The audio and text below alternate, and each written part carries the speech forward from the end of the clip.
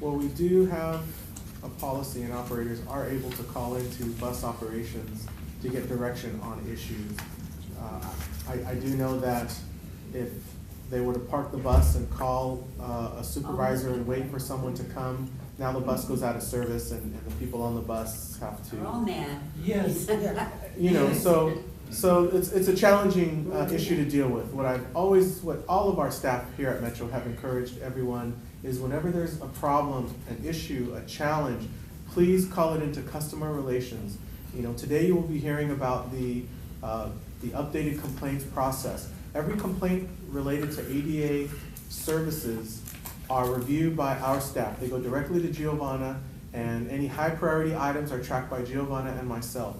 And so we continue to encourage you, if you have an interaction with an operator and they are disrespectful and they are not respecting your right to use the public transit services that we provide, we must get that information into the system. If you can get a badge number, the date that you're boarding, the location that you're boarding, the route number, etc. Even some of that information we can track down this ride, and then we can request that video be pulled and we can review video. So without this information and assistance from all of you, it's very, very difficult. We can't just, because we receive a comment from some riders about operator conduct, it's difficult for us to target exactly where that is, what division needs that retraining. If we talk about we should retrain all operators, something we're trying to do, we're talking about over 4,000 operators, and it's a massive task. So if we can find out exactly who it is you're talking about, you make our jobs so much easier, and you'll help us be more effective in our work because we can target exactly where that problem was that day. So if you, please, Yvonne, if you continue to have these problems, please make sure you get them into the system. If you contact staff, we're just going to continue to encourage you to contact customer relations because they have that process. Once it's in the system, it comes to us and we track it every step of the way. So, you know, I can't restate how important that is. John has had John his has hand had up his for a hand long up. time. But let me make a comment. I didn't realize, when I was a child back in the 50s and I watched the civil rights demonstrations and the assaults that were being made on the demonstrators, I didn't think that whatever number of years later that I would be one of those experiencing next to the same types of dynamics in my life when we've got the civil rights bill and supposedly have progressed so valiantly into life. I'm sorry, I just And it's all right. it is civil rights matter, and I'm tired of being impacted in such a consulting and assaultive way. But you can't use up this whole meeting time. I understand your issue, but you have. You had your say, you were responded to. John Mavis is the next one, followed by Daniel. No, I'm going to back it to John. I'm sorry. I can't John see goes you. first. John, go first. Yes, John. You have talked about other disabilities, but you have not mentioned the Blind Society. I'm here to represent blind people. I have rode the transit for 70 years. I know the system pretty well. I don't say I know it all. And I'm not going to talk, I'm talking about the blind people only, and the ones that use guide dogs, and the ones that use canes. Some of them don't even use either, because they think that they don't have to have something, a badge to wear to let people know they're blind. But I'm not going to talk about what the dogs do or don't do. I know from going to conventions, the person that has the dog does not make the dog do its job properly. I'm sorry to say that, but it's true. And the dogs walk into me as I'm going down an aisle. They've been taught otherwise. So I'm not going to get into the dog problem. There should be, though, in your books, rules for the driver.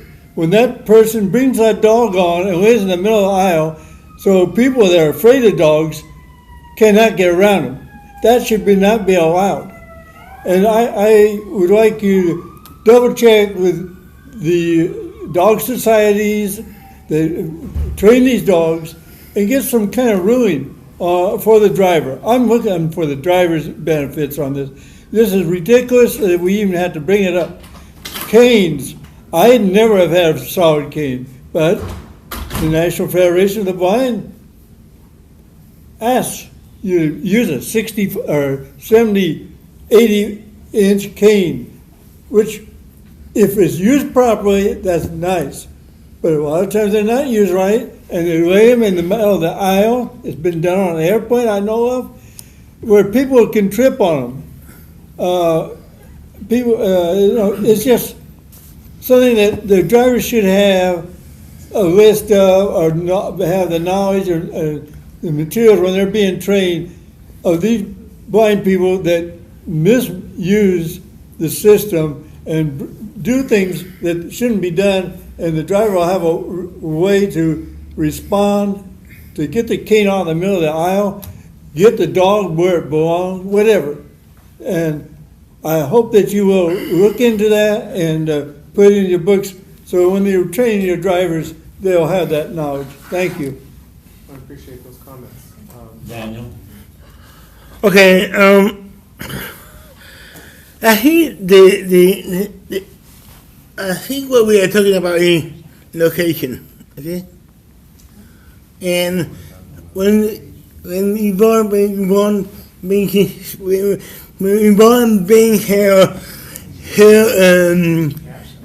cards, okay? What type of location are you? Is it down? Is it down? Or affluent? What type of location is it? Because I feel it's not an issue on. I feel that it's more an issue about that they are providing you services because they feel complied that they have a stigma against you, okay? And that's where the problem is. Exactly. So it's a stigma that goes from that perspective.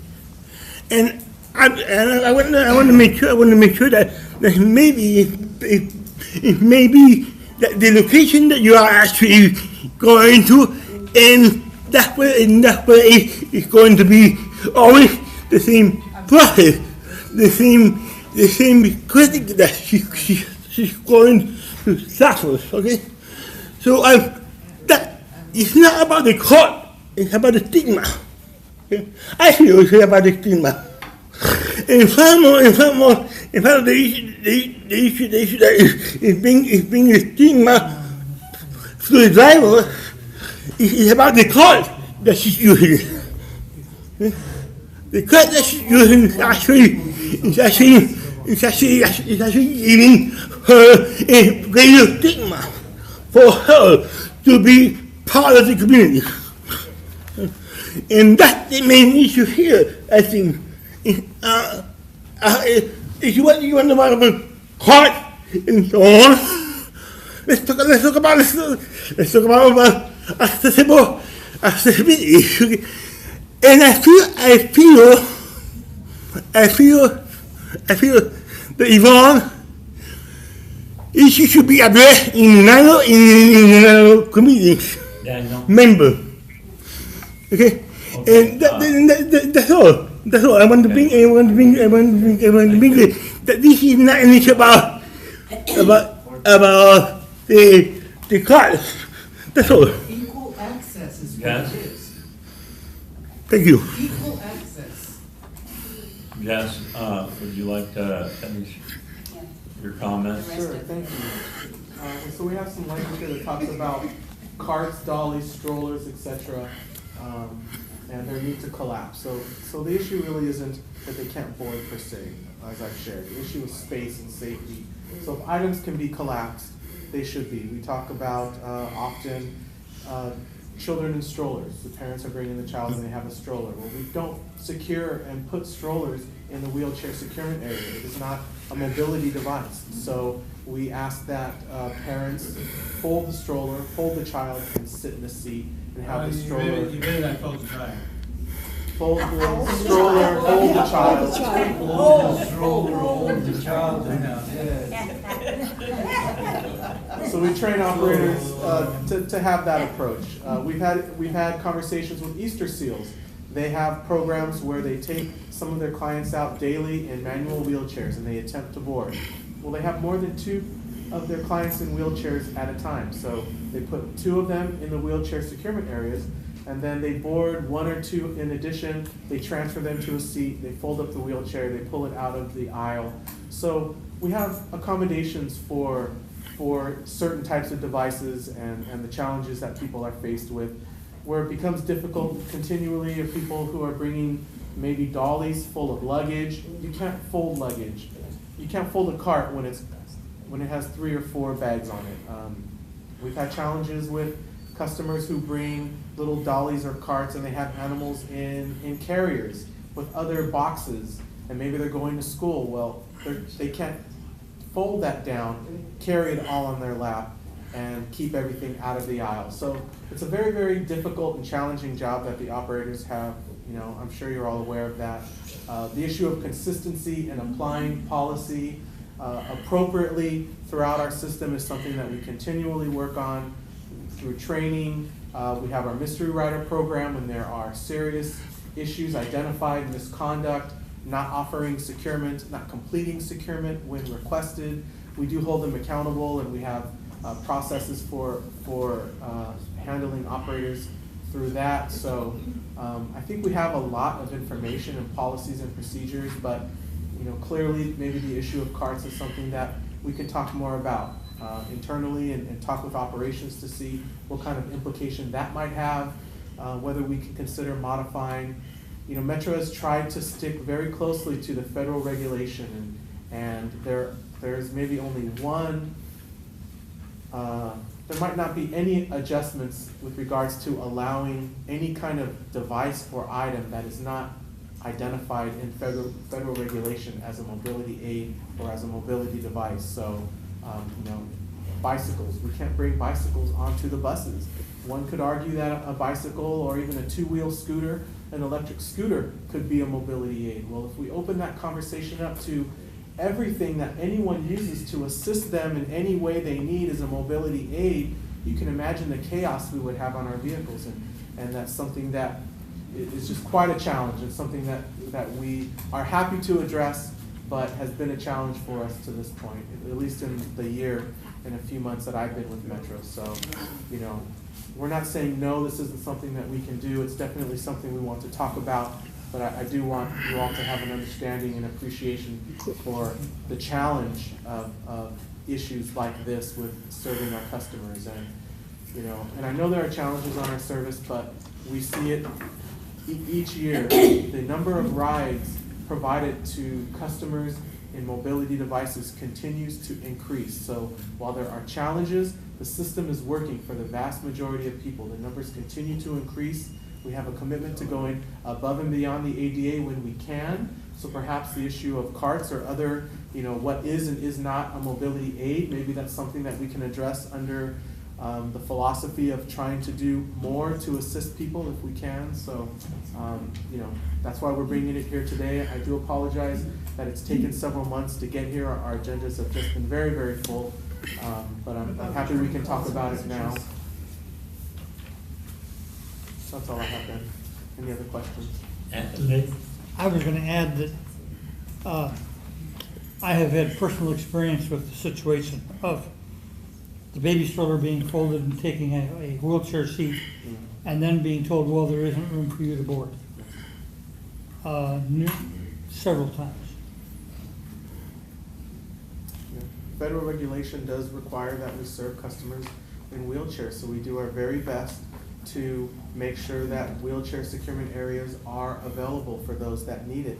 And there's competition for space, as I've shared, with the folding seats, and people get very offended now. We're hearing more and more when they're asked to transfer to another seat so we can board a customer in a wheelchair. And they say, well, but this is for the disabled, and I am disabled. I deserve to sit here as well. And that is very true, but we still have to work to provide space for everyone when we can, and it is a never-ending battle to educate the community and, of course, to continue to educate our operators to make sure that they apply and follow policy appropriately.